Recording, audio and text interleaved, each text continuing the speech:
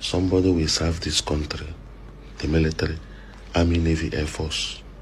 He will serve this country for 30 years, 35 years of service. And after retiring is when he will have money to go and build a house in the village or drive his first car, because he couldn't afford to buy it all this time or build a house. Then somebody that they rigged the election, the person now is a house member, we get 160 million just for car, bulletproof. Meanwhile, these people that have been sacrificing their life in the bush, living in the bush, can't even afford their house after retirement. In this our country, life no balance. While everything he said is true, the problem is the army shouldn't be complaining to civilians. They are the ones who are supposed to handle the issues. Immediately they know that the pillars that support the country's unity, that supports democracy, are being broken by politicians. They are supposed to reset the country back like their mates in African countries do. Look at what happened in Gabon. They didn't wait for stories. They didn't start complaining to civilians what the politicians have done. They just did what was necessary. They revolted. It happened many places, in Niger, in Burkina, in other African countries. Many people in Nigeria and African countries are wondering why the Nigerian military hasn't revolted against the politicians. That their silence and inaction might mean that they are complicit. Which now brings us to the second thing he raised. He mentioned rigged elections. That politicians who rigged elections to be in the Federal House of Assembly have been given cars worth 160 million naira each. Mind you, there are some military men who will never earn this amount of money after 35 years of service in the military. That's including their gratuity. So why did the military help politicians in rigging the election?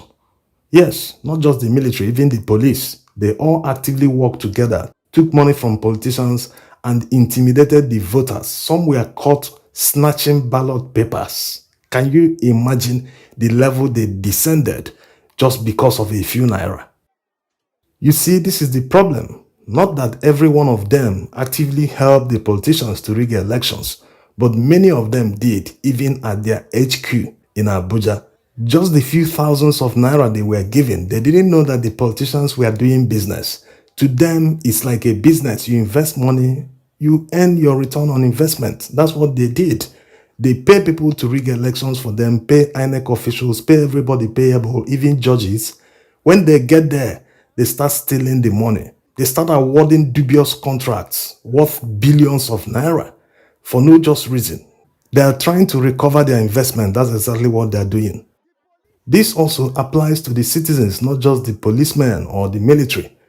When politicians flash a few thousands, just 2,000, in some cases 1,000 naira, hey, come out, mobilize people for me, let's campaign. And on election day, they will share a few thousands again, please mobilize votes for me. After that, that's the end. They will start recovering all the money they spent. Nobody, even around two, the DPO came with his men and nothing happened. What is this? If people stop taking money from politicians to do their dirty deeds for them, they will become powerless even with the billions. Yes, if they can't bribe anyone, they can't have their way. As simple as that. They can't be at multiple polling stations on election day. It's not possible.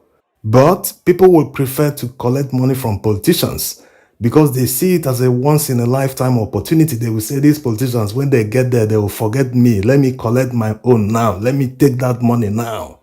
The money wouldn't even last a few days before they start regretting. Why did they work for such a politician that is obviously incompetent? So imagine if all of us work together to make our country better. The country will definitely be better. The most competent and popular candidate must emerge in all elections. Take, for instance, the 1993 presidential election. The then Electoral Commission never used any form of technology to conduct that election, but it was still free and fair. What happened? It was simply because the majority, a greater majority of Nigerians, did the right thing. Very few people were involved in rigging or snatching of ballot boxes and destruction of ballot papers.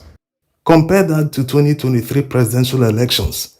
30 years later, with all the technology available and improvements, they were still able to do worse than in 1993. So the problem is not technology, the problem is human. And who are these humans? The APC leaders. They form the majority of the powers that be. They knew before going into the presidential election that they will never win a free and fair election. It's natural. It was simply because of how they handled the economy the past 8 years. To them, the presidential election was a do-or-die affair. For many reasons, they wanted to repay Tinubu because of his financial support to APC in the early days, in 2014, 2019, and other times. They wanted to repay his geopolitical zone because of their support to Buhari. To them, this must happen, whether Nigerians wanted it or not, whether Nigerians were part of the agreement or to repay the favor or anything, it must happen, whether at the polls or in courts. It was decided before Nigerians went into the election. In such a situation, the opposition stood no chance. And even some people who genuinely felt they were working for the best candidate, that the candidate is competent, he will do the right thing, many of them are regretting today. Yes, they can no longer endure it. They are coming out and saying, hey, this wasn't what we expected, we thought this, we thought that, but it is already late. All the signs were there in the beginning, but people still fell for it because of a few pennies. Now they are complaining whether it is genuine or not, but the deed has been done.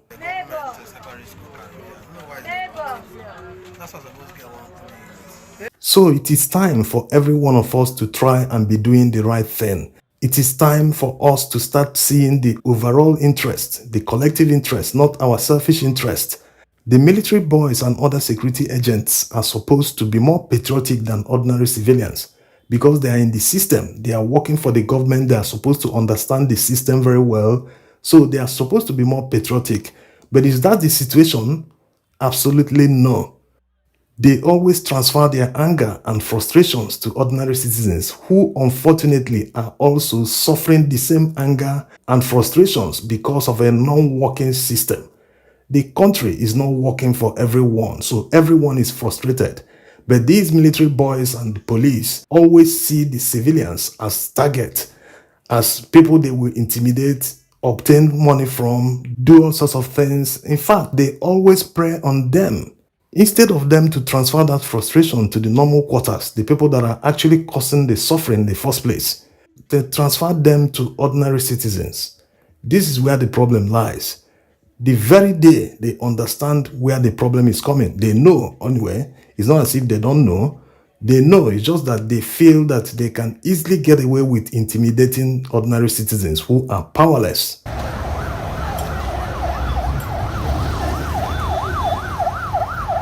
These are signs of a failed system. The country isn't working for everyone. It's only working for politicians. Military men, police, all security agents are supposed to have access to a home mortgage. They're supposed to be able to buy their own home on mortgage just after 3 months of recruitment. Yes, that's how it works in many other countries. They're not supposed to be worrying about their retirement because all these leads to corruption. If they don't have their own home, how are they going to pay rent after retirement? That means they will have to move to the village. This also happens in the civil service. So it's a huge problem. The salary is worth next to nothing. When someone spends most of his salary on living expenses, there will not be any savings that the person can rely on after retirement. So these are the kind of progressive policies that people should have in mind during presidential election campaigns, so as to see the right candidate that will implement them when he is voted into office, not politicians who only care about political patronage. Like we have right now, they are busy paying each other off. The amount of money you receive as budget will be equivalent to how much you contributed during the campaigns or whatever thing the person did for the party. That's exactly what is going on. They are busy budgeting billions of naira, 15 billion naira for renovation of a house, 15 billion naira for this one, 10 billion for this, 10 billion for buying software alone for the chief of staff. So it's very outrageous. While soldiers, people that are exposed to more danger, are suffering. But it seems the suffering is still not enough. When it hits home, Nigerians will be ready. Thanks for watching.